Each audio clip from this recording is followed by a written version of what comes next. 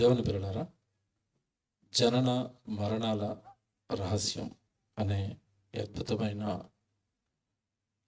ఆలోచనాత్మక సభలలో రెండవ దినంలోనికి దేవుడు మనల్ని క్షేమంగా చేర్చాడు.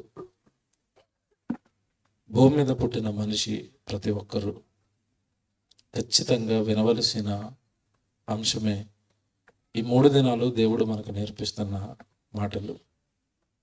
దేవుని పిల్లలారా, మానవ జనన మరణాల రహస్యం ఎవరు చెబుతారు ఈ మానవ జాతికి అంటే, భూమి మీద మేధావులుగా పిలువబడుతున్నవారు, గొప్పవారుగా పిలువబడుతున్నవారు ఎవరు ఈ రహస్యాన్ని లేదా ఈ జీవిత పరమార్థాన్ని చెప్పలేరు. కానీ ఈ బ్రతుకులనిచ్చిన దేవుడే బ్రతుకు పుస్తకమైన బైబిలును రాయించి మానవుల చేతుల్లో పెట్టి, దానిలో జన్మ ఎందుకు జరిగింది, ఈ 60-70 సంవత్సరాల జీవితం భూమి మీద ఎందుకు మనకు అనుగ్రహించబడింది, మరణం తర్వాత ఏం జరుగుతుందన్న నిజాలన్నీ కూడా రాయించబడిన ఏకైక గ్రంథం బైబిలే.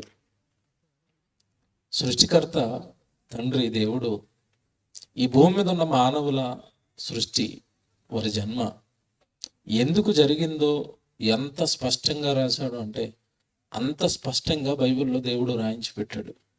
కానీ బైబిలును వినడానికి కానీ, బైబిలును చదవడానికి కానీ, బైబిలులో ఉన్న వాక్యాన్ని నమ్మి బ్రతకడానికి కానీ ఇష్టపడని మానవులు ఈరోజు వారి జీవితాలను వారి చేజేతులారా నాశనం చేసుకుంటున్నారు.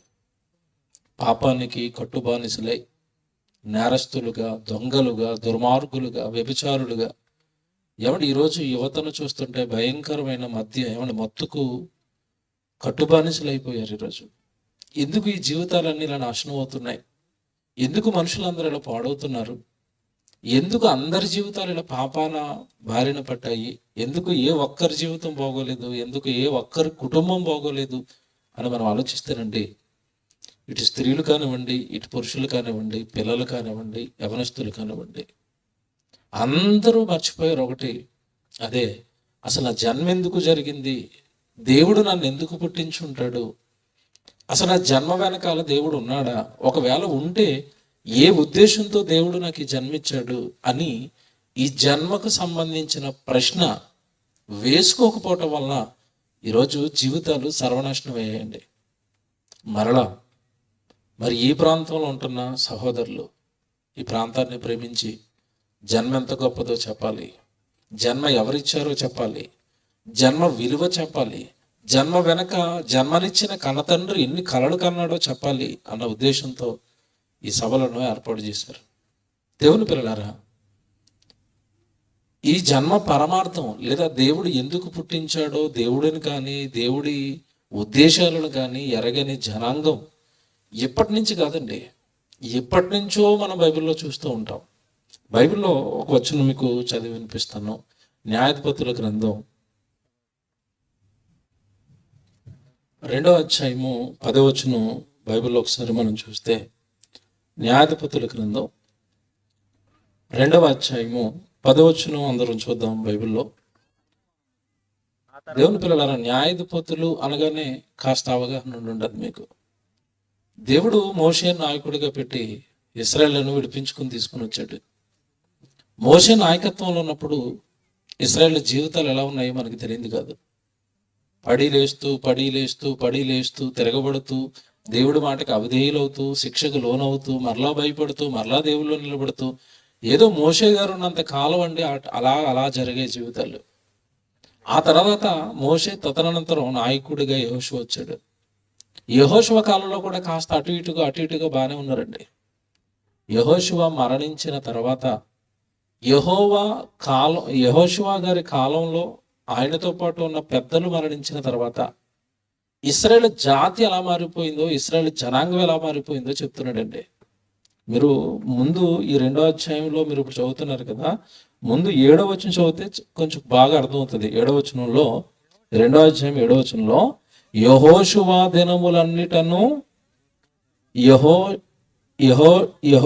దినములన్నిటను యెహోషువ తర్వాత ఇంకా బ్రతికిన వారై యెహోవా ఇశ్రాయేలు కొరకు చేసిన కార్యములన్నిటినీ చూచిన పెద్దల దినములన్నిటను ప్రజలు యెహోవాను సేవించుచు వచ్చిరి. అప్పటి వరకు యెహోషువ కాలంలోనట ఆ రోజున్న వాళ్ళందరూ కూడా దేవుడిని పూజిస్తున్నారు, దేవుడికి లోబడే బ్రతికారు.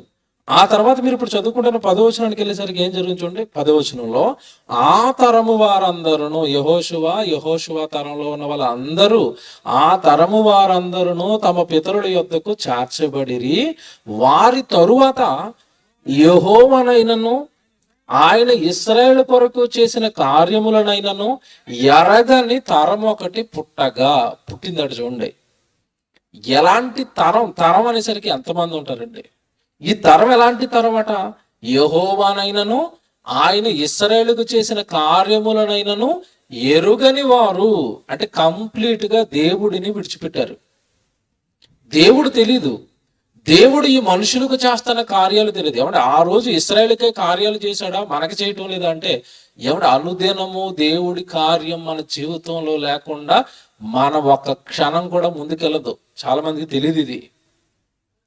దేవుడి తోడు నీకు లేకుండా, దేవుడి సహాయం నీకు లేకుండా ఈ భూమి మీద ఉన్న మనుషులు కానివ్వండి, జీవరాశులు కానివ్వండి, ఏ ప్రాణి జీవితమైనా క్షణం కూడా ముందుకు జరగదు దేవుడు లేకుండా, దేవుడి సహాయం లేకుండా, దేవుడు తోడు లేకుండా.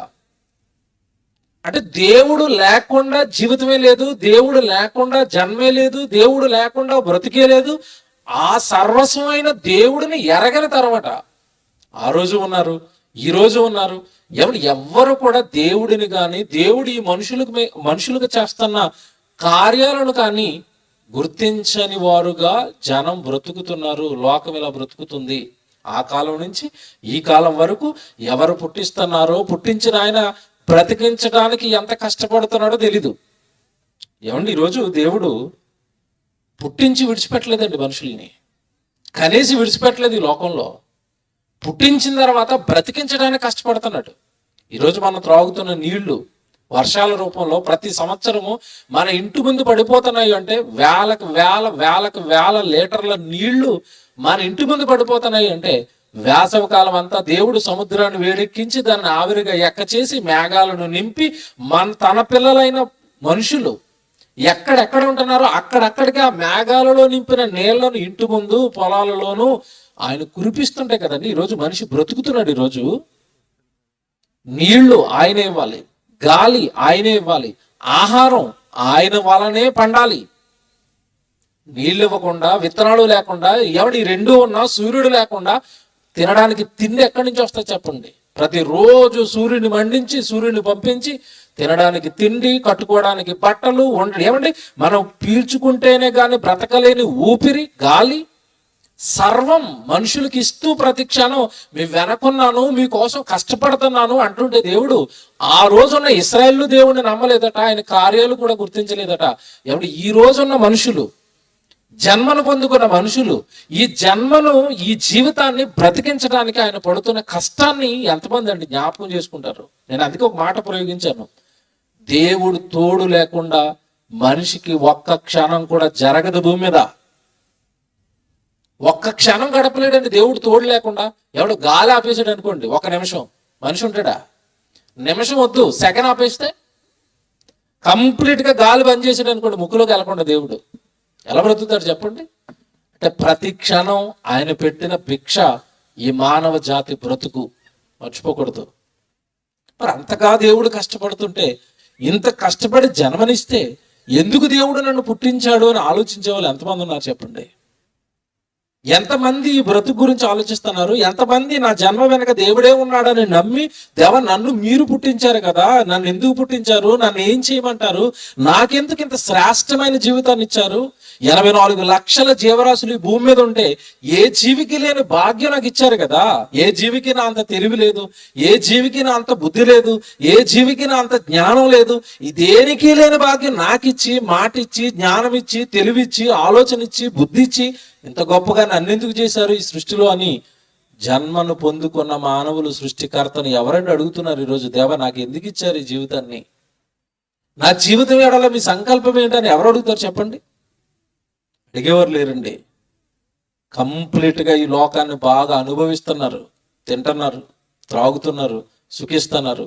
కానీ ఈ సృష్టిని కట్టిన సృష్టికర్త నా జీవితం పైన ఏమైనా ఆశలు పెట్టుకున్నాడా, నా గురించి ఏమైనా సంకల్పంతో నాకు ఈ జన్మనిచ్చాడా అని భూమి మీద ఆలోచించే వాళ్ళు లేరండి. దేవుడు అంటున్నాడు, మీ జన్మలు ఏవైతే ఉన్నాయో, మీ భూమి మీద మీకు ఇవ్వబడిన జీవిత కాలం ఏదైతే ఉందో అది నేనిచ్చిందే అన్నాడు. కీర్తనల గ్రంథం 100వ అధ్యాయం మీరు చూడండి ఒకసారి, ఎంత మంచి మాట ఉంటుందో. కీర్తనల గ్రంథం 100వ అధ్యాయము 3వ వచనం చూద్దాం. కీర్తనల గ్రంథం 100వ అధ్యాయము 3వ వచనం చదువుతున్నారు. యెహోవాయే దేవుడని తెలుసుకొనుడి. ఆ పదం చూడండి ఎలాగుంది అక్కడ. యెహోవాయే దేవుడని తెలుసుకొనుడి, ఆయనే మనలను పుట్టించెను. ఆయనే మనలను పుట్టించాడు. భూమి మీద పుడుతున్న మానవులను ఆయన పుట్టిస్తున్నాడు. ఆయన డిసైడ్ చేశాడు నీకు జన్మ ఈ రూపంతో పుట్టాలి అని, ఈ కాలంలో పుట్టాలి అని, ఈ ప్రాంతంలో పుట్టాలని, ఈ అమ్మనాలుగా వాళ్ళ గర్భాన్ని నువ్వు పుట్టాలి అని డిసైడ్ చేసింది. నీ జన్మను ఎవడు డిసైడ్ చేసింది? నీ జన్మను కావాలని కోరుకున్నది దేవుడండి. ఆయనే, ఆ పదం చూడండి ఎంత బాగుంటుందో. ఆయనే మనలను పుట్టించేను. నువ్వు అనుకుంటే పుట్టలేదు, మీ అమ్మనాలు అనుకుంటే పుట్టలేదు, భర్తగా ఈవిడైనా భార్య కావాలని భర్త అనుకుంటే ఆ భార్య పుట్టలేదు. ఎవరు కూడా ఈ రోజు మనుషుల మధ్య ప్రేమానురాగాలు మంచిదే, కానీ కుటుంబాన్ని కట్టింది ఎవరు, భర్తను చేసింది ఎవరు, భార్యను చేసింది ఎవరు, మా గర్భాలను పండించి మాకు పిల్లల్ని ఇచ్చింది ఎవరు, మా కుటుంబాన్ని ఇంత గొప్పగా నిలబెట్టింది ఎవరు? ఎవరండి ఆలోచిస్తారు? ఎవరికున్న ఈ ఆలోచనలు? ఎంత బాగా చూడండి కీర్తనాకారుడు, ఆయనే మనలను పుట్టించెను, మనము ఆయన వారము. చూసారండి ఎంత బాగుంది ఆ పదం, మనము ఆయన వారము. భూమి మీద ఉన్న మనుషులంతా ఎవరు వారట? దేవుని వారా? ఏమంటే వాక్యం చదువుతున్నప్పుడు ఇప్పుడు అంటంగానే మన దేవుని వారమని. మీ ఫిజికల్ గా మీ కుటుంబాల్లో ఎప్పుడైనా మనమంతా దేవుడి వారమే అన్నారా? ఎవరైనా అంటారండి? నాకు నేను, నీకు నేను, నాకు నువ్వు, అంతే కదండి భార్య భర్తల డైలాగులో. నేను పుట్టింది నీ కోసం, నువ్వు పుట్టింది నా కోసం. విచిత్రం ఏంటంటే వీళ్ళిద్దరు పుట్టింది ఎవరి కోసం? దేవుడి కోసం. ఎవరికొంది జ్ఞానం? మీరిద్దరూ కలిసి చేయాల్సింది దేవుడి పని. మీరు ఒకరి కోసం ఒకరు పుట్టలేదు, మీ ఇద్దరు ఒక ఆయన పుట్టించాడు, ఆయన కోసం పుట్టించుకున్నాడు. ఎవరికి తెలియలేదు చూడండి, ఇది ఎవరికి తెలియలేదు చూడండి. ఎవడో మాట అడుగుతాను, పిల్లలు పుట్టారనుకోండి, పిల్లలు పుట్టిన తర్వాత పిల్లలు దేవుడు ఇచ్చాడు కదా, గర్భఫలం యెహోవా ఇచ్చు బహుమానం అని బైబిల్లో చదువుకున్నాం కదా. దేవుడే మనకి పిల్లల్ని ఇచ్చాడు కదా. దేవుడు మనకి పిల్లల్ని ఇచ్చింది ఎందుకోసం ఇచ్చి ఉంటాడు? ఎందుకోసం ఈ మన గర్భాన్ని వీళ్ళు పుట్టించుంటాడు? ఏ పని కోసం వీడు ఈ లోకానికి వచ్చి ఉంటాడు? ఎవరు ఆలోచిస్తారండి? అలా ఆలోచించరు. ఏం ఆలోచిస్తారంటే వీళ్ళ జీవితాలలో నెరవేరనివి ఏవో ఉంటాయి, అవన్నీ కూడా పిల్లల మీద నెరవేర్చుకోవాలని ట్రై చేస్తూ ఉంటారు. అంతేనా? డాక్టర్ అవ్వాలనుకున్నాడు, కుదరలేదు అనుకోండి, ఎవరిని డాక్టర్ని చేస్తాడు? చూసారా? ఇప్పుడు నీ ఇష్టాన్ని అప్లై చేస్తావు నీ కొడుకు మీద, నీ కూతురు మీద. నిజానికి ఆ జన్మ ఇచ్చింది ఎవరు? దేవుడు. ఆయనకు ఆ జన్మ మీద ఏదో ఇష్టం ఉంటుంది కదండి. ఆ ఇష్టం ఎవరు అడుగుతున్నారు? దేవా నాకు బిడ్డనిచ్చారు కదా, ఏం చేయమంటారని ఎవరు అడుగుతారండి? ఆయనే మనలను పుట్టించెను, మనము ఆయన వారం. దేవుని వారు మీరంతా, దేవుని కోసం పుట్టినవారు మీరంతా, దేవుడి కోసం ఈ లోకానికి వచ్చిన వారు మీరంతా. దేవుడు ఎన్నో కోట్ల సంవత్సరాల నుంచి, జగత్తు పునాది వేయబడక ముందు నుంచి ఎదురు చూస్తే ఈ లోకానికి వచ్చిన వారు మీరంతా. ఇంత గొప్ప జన్మండి, 60-70 సంవత్సరాలు అలాగా వెళ్ళిపోతుంది. ఇంత గొప్ప జన్మను ఎలాంటి వృధా చేసేసుకుంటున్నారు? లోకమని, చదువులని, ఉద్యోగాలని, డబ్బని కేవలం వీటి మాయలో మాత్రమే పడిపోయి పుట్టించిన దేవుడికి అన్యాయం చేయటం లేదండి ఈరోజు లోకం. ఆయన వారు ఆయన కోసం ఎంతమంది నిలబడ్డారు ఈరోజు భూమి మీద? ఆయన వారు ఆయన గురించి ఎంతమందికి చెబుతారు? ఆయన వారు ఆయన గురించి ఏం చేస్తున్నారు ఈరోజు? ఆయన వారు, మనం ఆయన వారము. ఆయన వారే ఆయన ఎరగకపోతే, ఆయన వారే ఆయన ఎందుకు పుట్టించాడో తెలుసుకోకపోతే ఈ లోకానికి ఎవరండి జన్మ పరమార్థం చెప్తారు? దేవుని పిల్లలారా, మనలను ఆయనే పుట్టించెను, మనము ఆయన వారము, మనము ఆయన ప్రజలము, ఆయన మేపు గొర్రెలము. చూసారండి ప్రతి చోట మనము ఆయన. జన్మకి దేవుడికి ఒక సంబంధం ఉంది, మర్చిపోకండి. మీ జీవితం మీ ఇష్టం కాదు, మీరు కోరుకుంటే వచ్చిన జీవితం కాదు, మీరు కోరుకుంటే పుట్టిన జన్మ కాదు ఇది. దేవుడు డిసైడ్ చేశాడు నువ్వు కావాలి అని, నువ్వు రావాలి అని, తన కోసం బ్రతకాలి అని, తనకు మహిమ తేవాలి అని దేవుడు కోరుకుంటే వచ్చిన జన్మ ఇది. మర్చిపోకండి. ఆయనే కన్నాడట, ఆయనే మనల్ని ఏం చేస్తున్నాడట, ఆయన మేపు గొర్రెలము అంటే మనల్ని బ్రతికిస్తున్నది, తిండి పెడుతున్నది, గాలిస్తున్నది, ఈ పంచభూతాలను మన కొరకు కలిగించి నడిపిస్తున్నది ఎవరు చెప్పండి? దేవుడు కదండి. ఇప్పుడు ఇప్పుడు ఇప్పుడు ఏంటంటే దీన్ని ఏమంటారు, ఇప్పుడు రాత్రి అంటాం, తెల్లవారుగానే ఉదయం ఎలా వచ్చింది, రాత్రి ఉదయం ఎలాగొస్తున్నాయండి? భూమి తిరగాలి, సూర్యుడు మండాలి, ఎవరి ప్రకృతిని అంతా నడిపిస్తున్నది ఎవరు? మనుషుల కోసం అంటే దేవుడు కదండి. ఆయన నడిపించి జన్మనిచ్చి ఆయనే పెంచుతుంటే ఆయన అడిగారండి ఈరోజు ఎవరైనా, నన్ను ఎందుకు పుట్టించారు తండ్రి, నన్ను ఎందుకు పంపించారు తండ్రి ఈ లోకానికని అడిగేవారు ఎవరుంటారు చెప్పండి? బైబిల్లో నుండి ఒక మాట ఉంటుంది, జీవితం పట్ల దేవుడికి ఎన్ని ఆశలు ఉన్నాయో మన జీవితం పట్ల చాలా మంది ఎలా ఉన్నారంటే నిరుత్సాహం. నేనేం చేస్తానండి దేవుడికి, నేనేం చేయగలను దేవుడికి, నేనేమి ఇవ్వగలను దేవుడికి, నేనేం చేస్తానండి దేవుడికి అని చాలా మంది నిరుత్సాహంతో ఉంటారు. వాళ్ళందరి గురించి ఒక మాట రాశాడు దేవుడు. కీర్తనల గ్రంథం 40వ అధ్యాయానికి రండి, 5వ వచనం చూద్దాం. కీర్తనల గ్రంథం 40వ అధ్యాయము 5వ వచనం చూడండి. యెహోవా నా దేవా, నీవు మా ఎడల జరిగించిన ఆశ్చర్యక్రియలను, మా ఎడల నీకున్న తలంపులను బహు విస్తారములు. చూసారా ఎంత మంచి మాట చెప్పాడండి దేవుడు. మా ఎడల నీకున్న తలంపులు అంటే నీ ఎడల దేవుడికి ఒక తలంపు ఉందా? భూమి మీద పుట్టిన ప్రతి మనిషి కోసం దేవుడికి ఒక తలంపు ఉంటుందా? దేవుడు ఒక తలంపు తలచి ఆ తలంపు భూమి మీద నెరవేరుస్తావని నీకు జన్మనిస్తున్నాడా? ఎవరు ఆలోచించారండి ఇలాగా? దేవుడు అనగానే ఆదివారం గుడికి వెళ్ళాలి, ఏమంటే మనకు తోచిన కానుకేదో ఇవ్వాలి, ప్రార్థన చేయించుకోవాలి, ఇంటికి వెళ్ళిపోవాలి, సోమవారం నుంచి శనివారం కోసం మన కోసం బ్రతకాలి, మళ్ళీ ఆదివారం రాగానే తెల్లవారు గుడికి వెళ్ళాలి, ఇది ఒక్కటి నేర్చుకున్నారు తప్పండి. నా జీవితం దేవుడిది కదా, ఏం జరుగుతుందో నా జీవితాన్ని బట్టి దేవుడికని ఎవరు ఆలోచించారు? ఎవరండి అసలు ప్రశ్నేస్తున్నారు? ఇక్కడ అంటున్నాడు ఆయన, మా ఎడల నీకున్న తలంపులు ఎన్నట అంటే అర్థం ఏంటి? చాలా ఆశలు పెట్టుకున్నాడా నీ జీవితం గురించి? చాలా కలలు కన్నాడా నీ జన్మ గురించి? భూమి మీద పుట్టిన ప్రతి మనిషి అండి కారణ జన్ముడండి. ప్రతి ఒక్కరు కూడా కారణంతో పుడుతున్నారు, కారణంతో ఈ లోకానికి వచ్చారు. ఎన్నో ఆశలు, ఎన్నో తలంపులు మీ ఎడల దేవుడు కనుక్కున్నాడట, కలలు కంటున్నాడట. ఆయన తలంపులు నెరవేరుస్తామని, ఆయన ఇష్టాలు భూమి మీద జరిగిస్తామని. కానీ భూమి మీదకి వచ్చిన తర్వాత మనుషులు ఎలా మారిపోయారంటే నా ఇష్టం అంటున్నాడు, నేను ఇంతే అంటున్నాడు. సినిమా టైటిల్ అని ఎలా ఉంటున్నాయండి? నా ఇష్టం అట, నీ ఇష్టమా? యేసుప్రభు ఏమంటున్నాడు బైబిల్లో? నా ఇష్టం నెరవేర్చుకున్నట్టుకు నేను రాలేదు. ఆ యేసుప్రభునే నమ్మేవు నువ్వేమంటున్నావు అంటే నా ఇష్టం అంటున్నావు. వ్యతిరేకం కాదు బైబిల్కి. నా ఇష్టం ఏంటి, నీ ఇష్టం ఏంటి? జీవితం నీదా, దేహం నీదా, అందులో ఉన్న కళ్ళు నీవా, చేతులు నీవా, కాళ్ళు నీవా, అందులో ఉన్న ఆత్మ నీదా, నువ్వు తింటున్న ఆహారం నీదా, నువ్వు పీల్చుకుంటున్న గాలి నీదా, నువ్వు ఉంటున్న ఈ నేల నీదా, పైకి చూస్తున్న ఆకాశం నీదా? ఏవి నీవి కానప్పుడు నీ ఇష్టం ఏంటి చెప్పండి? అన్నీ ఆయనమైనప్పుడు, నా జీవితం ఆయనదైనప్పుడు ఆయన ఇష్టం నెరవేర్చడానికి పుట్టానన్నాను కదా యేసుప్రభులాగా. యేసుప్రభు అంటున్నాడు, నా ఇష్టం నెరవేర్చుకున్నట్టుకు నేను రాలేదు. నా ఇష్టం అని అక్కడ ఆగితే పర్వాలేదు.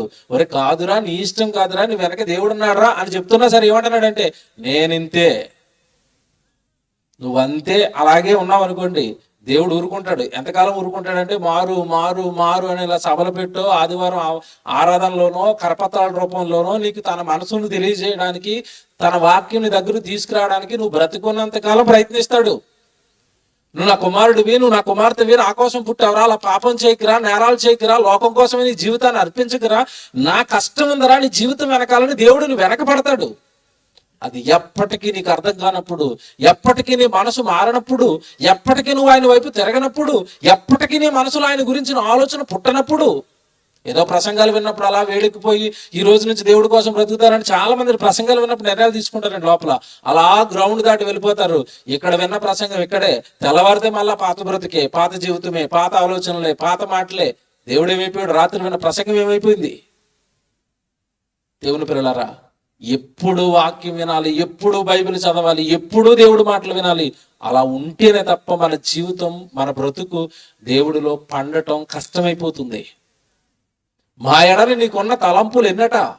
1 కాదు, 2 కాదు, 3 కాదు, 4 కాదు, చాలా ఉన్నాయి అన్నాడు.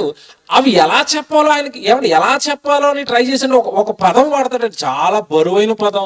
మీరు ఆలోచిస్తేనండి చాలా ఆశ్చర్యాన్ని కలిగించే పదం అది. కిందకి వెళ్ళేసరికి, మా ఎడల నీకున్న తలంపులు బహువిస్తారములు, వాటిని వివరించి చెప్పేదని అనుకుంటున్నా. ఒకవేళ వివరంగా నువ్వు ఇందుకే పుట్టావు అని వివరంగా ఆయనకున్న సంకల్పం అంతా నీకు చెప్పాలనుకుంటే, నీకు వివరించి చెప్పేదని అనుకుంటున్నా. అవి లెక్కకు మించి ఉన్నవి అంటే అర్థం ఏంటి? నీకు అంకెలు వస్తాయి కదా, అంకెలు లెక్కమంటే ఎక్కడ వరకు లెక్క పెడతారు చెప్పండి? అంకెలు ఎక్కడ వరకు లెక్క పెట్టగలుగుతారు? మహా అంటే 1 కోటి. చాలా మంది 1 కోటి తర్వాత 1 కోటి, ఆ తర్వాత 100 కోట్లు అనుకోండి, 1000 కోట్లు అనుకోండి, ట్రిలియన్, బిలియన్, ఆ తర్వాత అంకెలు ఆగిపోయినాయి చూడండి. కాస్త శాస్త్రవేత్తలు అయితే కాంతి సంవత్సరాలని ఇంకొక అదో పెద్ద లెక్క, వాళ్ళు అక్కడ వరకు ఆగిపోయారు. తర్వాత లెక్కలు రావు ఎవడికి తెలుసండి. ప్రపంచం ఒక దగ్గర ఆగిపోయింది లెక్కించడంలో. కాంతి సంవత్సరాలు అంటాడు అంతే, అది ఎంతో తెలీదు. ఇప్పుడు ఈ విశ్వం ఉంది కదండి, ఇప్పుడు మనకున్న ఈ విశ్వం ఉంది కదా, లేటెస్ట్గా శాస్త్రం ఏమంటుందంటే, ఈ విశ్వం ఎంత ఉందో మేము కాస్త అంచనా వేయగలిగాం. సుమారు కన్ఫర్మ్ కాదు, 9 లక్షల కాంతి సంవత్సరాల ప్రయాణించగలిగేంత పెద్దదట ఈ విశ్వం. చూసారండి, అక్కడ ఆగిపోయింది. కాంతి సంవత్సరాల తర్వాత లెక్కించడానికి ఏమీ లేదు. ఇప్పుడు జీవితం ఎంత గొప్పదో ఈ భక్తుడు చెప్తా అంటున్నాడు. నేను ఒకవేళ నీ ఎడల దేవుడు నువ్వు భూమి మీద ఎందుకు పుట్టావో ఆ తలంపులు, ఆ ఉద్దేశాలు నీకు ఖచ్చితంగా చెప్పాలనుకుంటే అవి ఎన్నున్నాయట?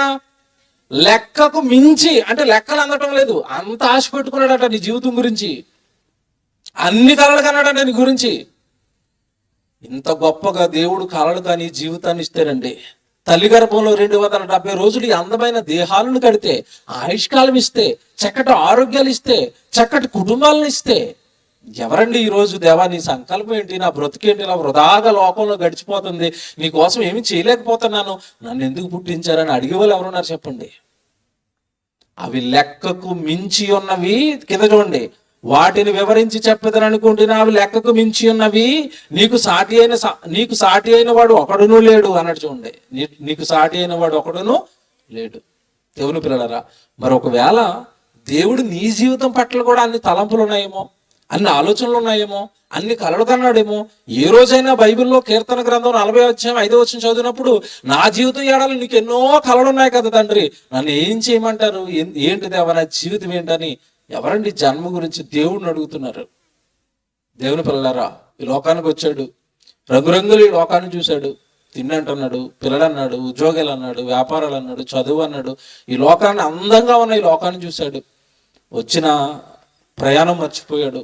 నేను పరలోకంలో దేవుడి దగ్గర నుంచి ఈ లోకానికి వచ్చానని, మరణం తర్వాత ఏమవుతానని మర్చిపోయాడు. 60-70 ఏళ్ళ చిన్ని జీవితమే బ్రతుకు అనుకుని బ్రతికేస్తున్నాడు అండి. అలా బ్రతికేస్తున్నాడు, అలా జీవితాన్ని కొనసాగించేస్తున్నాడు. అంతే తప్పండి, బ్రతుకు గురించి ఆలోచించే వాళ్ళు అసలు కనపడటం లేదండి. ఏమండి, ఈ దేహం ఏదైతే ఉందో అండి, మన దేహం, మనకి దేవుడు కట్టిన దేహం ఏదైతే ఉందో, ఇందులో ఏ ఒక్క అవయవం పోయినానండి మళ్ళీ రిపేర్ అవుతుందా భూమి మీద? మీరు ఆలోచించండి, అవుతుందా? కిడ్నీలు పోగొట్టుకుంటున్నారు, గుండెలు పోగొట్టుకుంటున్నారు, రకరకాల అలవాట్ల ద్వారా భయంకరమైన వ్యసనాలకు అలవాటు పడి అవయవాలన్నీ పాడు చేసుకుంటున్నారు. ఎక్కడండి అవయవాలు దొరుకుతున్నాయి? అంటే దొరకని అవయవం కట్టాడు చూడండి మీకు తల్లి గర్భంలో. భూమి మీద ఏ మనిషి చేయలేని గుండె, భూమి మీద ఏ మనిషి చేయలేని ఊపిరితిత్తులు, జీర్ణాశయము, ఎంత అంతరింద్రియాలు లోపల దేవుడు పెట్టినవి ఎంత గొప్పవండి. అందుకే అంటున్నాడు అక్కడ పదం ప్రయోగించాడు ఆయన భక్తుడు, నీకు సాటి అయిన వాడు మరొకడును లేడు. నువ్వు చేసినట్టుగా ఎవడు తండ్రి నాకు ఈ దేహాన్ని చేస్తాడు? నువ్వు చేసినట్టుగా ఎవడు తండ్రి ఇంత పెద్ద విశ్వాన్ని కడతాడు? నువ్వు చేసినట్టుగా ఎవడు తండ్రి నాకు ఇన్ని రుచులు ఇస్తాడు, ఇన్ని రంగులు ఇస్తాడు, ఇంత గొప్ప రంగురంగుల జీవితాన్ని నాకు ప్రసాదిస్తాడు? నీకులాగా ఎవడిస్తాడు తండ్రి జీవితాన్ని? నీ జీవితం తండ్రి ఇది. నువ్వు కలల కంటే వచ్చిన జీవితం తండ్రి. మా ఎడలు నీకు చాలా తలంపులు ఉన్నాయి తండ్రి. నేను తప్పులు చేయను, పాపాలు చేయను, నేరాలు చేయను. మీ వాక్యం దగ్గరకు వస్తాను, మీరు నాకు ఏ పని చెప్తే అది చేస్తాను. అలా ఆలోచించాలి కదండి జన్మ గురించి. అలా కదండి దేవుడిని మనం అడగాలి.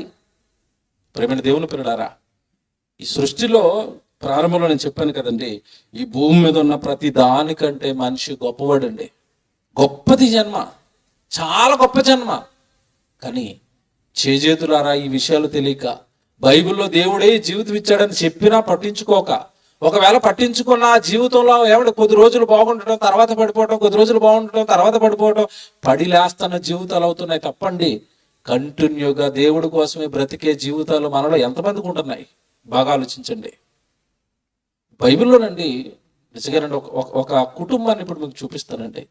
ఆ కుటుంబం నిజంగానండి దేవుడి ఉద్దేశాలు, దేవుడి ఆలోచనలు ఎంత బాగా వారి హృదయాలలోనికి ఎక్కాయో మీరు ఆశ్చర్యపోతారు. ఇప్పుడు న్యాయాధిపతులు 2వ అధ్యాయంలో మీరు చదువుకున్నారు ఇందాక, ఏమని? దేవుడిని ఎరగని తరం ఒకటి పుట్టింది. అంటే వీళ్ళు ఎలా మారిపోయారంటే, దేవుడి గురించి చెప్పే దైవజనుడు వాళ్ళ మధ్యలో ఉన్నంతకాలం దేవుడి మాటలు చెబుతూ ఉంటే దేవుళ్ళో ఉంటారండి, తర్వాత వాళ్ళు పడిపోతూ ఉంటారు. అలాగ వాళ్ళ జీవితాలన్నీ కూడా మీరు చూడండి. యెహోషువ తర్వాత న్యాయాధిపతులు వచ్చారండి. న్యాయాధిపతుల కాలంలో పడతారు, లేస్తారు, విడిచిపెడతారు, దేవుడికి దూరంగా వెళ్ళిపోతూ ఉంటారు, దేవుడికి అసహ్యంగా మారిపోతూ ఉంటారు వాళ్ళ జీవితాలు. అలా మారిపోయి కొద్ది కాలానికి వాళ్ళు ఏమైపోయారంటే ఫిలిస్తీన్ల యొక్క చెరలోనికి వెళ్ళిపోయారు. ఆ ఫిలిస్తీన్ల చెరలోనికి వెళ్ళిపోయిన తర్వాత వాళ్ళని విడిపించడానికి దేవుడు ఒక నాయకుడిని పుట్టించాలనుకున్నాడు. అతని సంసోను అండి. 13వ అధ్యాయంలో మీకు కనబడతాడు.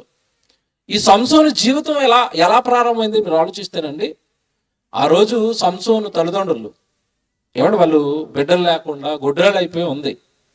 ఆ గొడ్రాలు అయిపోయి ఉన్న తల్లి దగ్గరికి అండి దేవుడు ఒక రోజు పంపించాడు, దూతనే పంపించి, అమ్మ నీ గర్భాన ఒక కుమారుడు పుట్టబోతున్నాడు, అతడు నాజీరు చేయబడిన వాడు, అతని నెత్తి మీద మంగళకత్తి వేయకూడదు, నువ్వు కూడా పవిత్రంగా ఉండాలి, ద్రాక్షరసం కానీ మద్యం కానీ నువ్వు తాగకూడదు, అపవిత్రమైన దేన్ని తినకూడదు నువ్వని దూత వచ్చండి సంసోనుకి తల్లికి చెప్పి వెళ్ళిపోయింది. అది విన్న ఆవిడ ఆశ్చర్యపోయింది. నిజంగా మాకు బిడ్డ పుడతాడా, దేవుడే ఈ వార్త మాకు పంపించాడా అని అర్జెంటుగా వెళ్ళిపోయండి భర్తకి చెప్పింది. నాకు ఒక దేవదూత వచ్చింది, ఇలా విషయం అంతా నా చెవిలో వేసింది, మనకు ఒక బిడ్డ పుట్టబోతున్నాడట, అతడు ఏదో పని చేయబోతున్నాడట భూమి మీద ఉన్న దేవుని పిల్లల కోసం, ఈ విషయం అంతా నాకు చెప్పాడు అనగానే ఆయనండి నిజంగా భక్తిపరుడు అండి. భక్తిపరుడు అని ఎలా చెప్తామంటే, భార్యకు దూత వచ్చి బిడ్డ పుట్టబోతున్నాడు, అతను నాజీరు చేయబడిన వాడని భర్తకి చెప్పగానే భర్త ఇమీడియట్ గా అక్కడ ఏం చేశాడు అని మనం ఆలోచిస్తారంటే ప్రార్థన చేస్తాడంటే. ప్రార్థన చేశాడు, దేవా మాకు ఒక బిడ్డనే ఇవ్వబోతున్నావు అంటే కదా, మాకు ఒక బిడ్డనే ఇవ్వబోతున్నానన్న వార్త నా భార్య దగ్గరికి నువ్వు పంపించావంటే కదా, నీకు ఒకసారి నేను మరలా ప్రార్థన చేస్తున్నాను, నా మనవి వినాలి, నువ్వు నా మనవి ఆలకించు తండ్రి. ఏంటయ్యా మనవి అంటే, ఇప్పుడు చూడండి ఆ వచనం ఎంత బాగుంటుందో. 8వ వచనం చూడండి, న్యాయాధిపతుల గ్రంథం 13వ అధ్యాయం అండి, 8వ వచనం. దయచేసి అందరూ తీసుకోండి. న్యాయాధిపతుల గ్రంథం 13వ అధ్యాయము 8వ వచనం. అందుకు మనోహ, నా ప్రభువా, నీవు పంపిన దైవజనుడు మరలా మా యొద్దకు వచ్చి పుట్టబోవు బిడ్డకు మేము ఏమేమి చేయవలెనో దానిని మాకు నేర్పునట్లు దయచేయుమని యెహోవాను వేడుకొనగా. ఇలాంటి ప్రార్థన మనం ఎప్పుడైనా చేసామా? బిడ్డలు లేని తల్లిదండ్రులు ఎవరైనా ఇలాంటి ప్రార్థన చేస్తారా? మా గర్భాన్ని త్వరలోనే బిడ్డనే ఇవ్వబోతున్నావు కదా తండ్రి, ఆ బిడ్డకి మేము ఏం చేయాలో మాకు నేర్పంటారా? ఎలా పెంచాలో నేర్పంటారా? ఆ బిడ్డకి నీ గురించి ఏమి నేర్పించాలో చెప్పు అంటారా? ఎంత మంచి తల్లిదండ్రులు అండి మనోహ దంపతులు. ఎంత మంచి ప్రార్థన చేశారండి. మాకు బిడ్డ పుట్టబోతున్నాడా, ఆ బిడ్డకి మేము ఏమి నేర్పాలి? మిమ్మల్ని అడుగుతున్నాను, ఆ కాలంలో బిడ్డలు పుట్టడం, వాళ్ళని పెంచడం వీళ్ళు చూడలేదా? వాళ్ళ బిడ్డలకి ఏమి నేర్పుకుంటున్నారో వీళ్ళకి తెలీదా? పోనీ మిమ్మల్ని అడుగుతున్నాను, ఇప్పుడు మీ బిడ్డ పుట్టడానికి కూడా ఆ బిడ్డకి మీరు ఏమి నేర్పాలో మీకు తెలీదా? మాకెందుకు తెలీదు? బిడ్డ పుట్టక మునిపే ఎల్కేజీ సీటు కోసం ₹1,00,000 కట్టేస్తాం మేము అడ్వాన్స్గా. మా హైదరాబాద్లో పరిస్థితి ఎలా ఉందంటేనండి, ఇంటర్నేషనల్ స్కూల్స్ వచ్చేసేయండి, అందులో సీట్ కావాలంటే 3 సంవత్సరాల ముందు అప్లై చేసుకోవాలా. వీళ్ళు ఏం చేస్తున్నారంటే ప్రెగ్నెంట్ కన్ఫర్మ్ అవగానే ముందు అక్కడ అప్లికేషన్ వేస్తారండి వాళ్ళ డాడీ వెళ్ళి. ఎంత దారుణంగా, ఎంత అడ్వాన్స్గా ఉన్నారు చూడండి లోకం విషయంలో. అంటే వీడు ఇంకా భూమి మీదకి రాలేదు, అప్పుడే ఆల్రెడీ అక్కడ అప్లికేషన్ వేసాడు. దేనికి? ఎల్కేజీకి, యూకేజీకి. వీళ్ళు అలా పెంచడం తెలియని వాళ్ళు అనుకుంటున్నారా? బిడ్డలను పెంచుతున్న తల్లిదండ్రులు చూడలేదు అనుకుంటున్నారా? మళ్ళా స్పెషల్గా దేవుడికి ప్రార్థన చేసి ఏమని అడుగుతున్నారు? మా బిడ్డకు మేమేమి నేర్పాలో, మేము ఎలా పెంచాలో మాకు నేర్పు తండ్రి. కారణం, బిడ్డ పుడుతున్నది మా కోసం కాదు. ఎవరి కోసం? నీ కోసం పుడుతున్నాడు. కారణ జన్ముడు, నీ ఇష్టాన్ని నెరవేర్చడానికి లోకానికి వస్తున్నాడు కనుక వాడికి ఏమి నేర్పాలి తండ్రి? ఎందుకు పుడుతున్నాడు వాడిని ఎలా పెంచాలి మేము మీకోసం? బా, జన్మ పరమార్థం ఎరిగిన మంచి భక్తులు కదండి వీళ్ళు. 8వ వచనం చదివారు కదా, ఏమండి, ఈయన ప్రార్థన చేయగానే దేవుడు ఈయన ప్రార్థన విన్నాడండి. ప్రార్థన విని వెంటనే మరలా దూతను పంపించాడు. ఆ దూత మరలా వచ్చి భార్యతో మాట్లాడుతుంది, మనోహర్ గారు భార్యతో మాట్లాడుతుంది. అప్పుడు ఆయన లేడు అక్కడ. వెంటనే పరుగున వెళ్ళిపోయండి, మనోహర్ని తీసుకుని వచ్చింది. అయ్యా, ఆ దూత మరలా వచ్చింది అనగానే ఇప్పుడు చూడండి, కిందకి వెళ్ళేసరికి 12వ వచనంలో అందుకు మనోహర్, కావున నీ మాట నెరవేరునప్పుడు ఆ బిడ్డ ఎట్టివాడగునో. చూసారా, ఆ బిడ్డ ఏమవుతాడు? ఏమవడానికి పుట్టిస్తానో తండ్రి? ఊరకనే ఎవరు పుట్టరు లోకంలో, ఏదో పని లేకుండా ఎవరు ఈ లోకానికి రారు.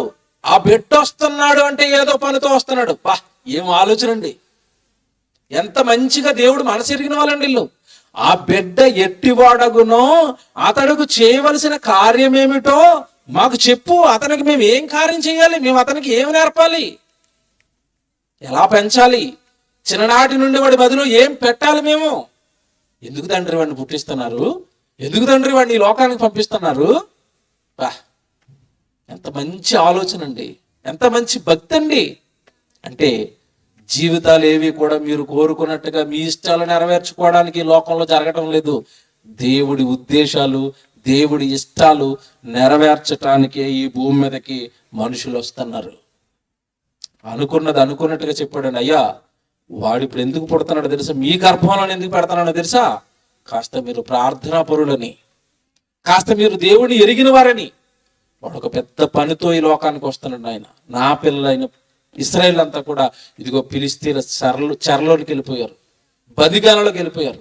అక్కడ నుండి వాళ్ళని విడిపించాలి, వాళ్ళ బరిలో నుండి వాళ్ళని నడిపించాలి. దేవుడు ఎవరు, దేవుడి బలం ఏంటో, దేవుడి శక్తి ఏంటో, దేవుడి కార్యాలు ఏంటో వీడు చెప్పాలి. అంత గొప్ప కుమారుడు మీ గర్భాన్ని వస్తున్నాడు కనుక మీరు చాలా స్ట్రిక్ట్గా వాడిని పెంచాలి. వాడిని ఎత్తి మీద మంగళగత్తి వేయకండి, వాడిని హాజరు చేయబడిన వాడు. ద్రాక్షరసం మీరు తాకండి, వాడికి తాగించకండి. అంత బాగా చెప్పాడు తెలుసండి. దేవుని పిల్లలారా, ఈ రాత్రి ఒక సంసోను జన్మే కాదు, మీ జన్మైనా నా జన్మైనా బైబిల్లో ఉన్న భక్తులు అందరూ కూడా రండి దేవుడి కోసం పుట్టినవారే. కానీ మీరు బైబిల్ చదువుతున్నప్పుడు ఇలాంటి భక్తిపరులు కనబడతారు, భక్తిహీనులు కనబడతారు. అంటే జన్మను పండించుకున్నవారు భక్తులయ్యారు, జన్మను నాశనం చేసుకున్నవారు, ఈ లోక ఆశల్లో పడిపోయేవారు, బ్రతుకులను పొడుచుకున్నవారు భక్తిహీనులుగా దేవుని ఎదుట మిగిలిపోయారండి. యేసుక్రీస్తుల వారి శిష్యుల్లో 12 మంది శిష్యులు ఉన్నారు. అందులో ఎవడ చక్కగా 12 మందికి వాక్యం నేర్పాడు. ఆ 12 మంది యేసు ప్రభుతో ఉన్నారు. అందులో ఒక్కడికి మాత్రం ఈ లోకాశ చావలేదు. ఎవరు? ఇస్కరియోతు యోధా. వాడి జీవితం ఏమైపోయిందో మీకు తెలియదు కాదు. అంటే ప్రభు దగ్గరకు వచ్చి ప్రభు వెనకాలే ఉండి ప్రభు ప్రసంగాలు విని కూడా ఏమంటే కేవలం 30 వెండి నాణాలకు ఆశపడి వాడి జీవితం సర్వనాశనం చేసుకోలేదండి. ఉరివేసుకుని చచ్చిపోయి ఎవడి పాతాళానికి వెళ్ళిపోయి కాలిపోవటం లేదు. అపోస్తలుల కార్యాల్లో చెప్పాడు కదా, తన చోటికి పోవుటకు యోధా తప్పిపోయాడు, జీవితం నాశనం చేసుకున్నాడు.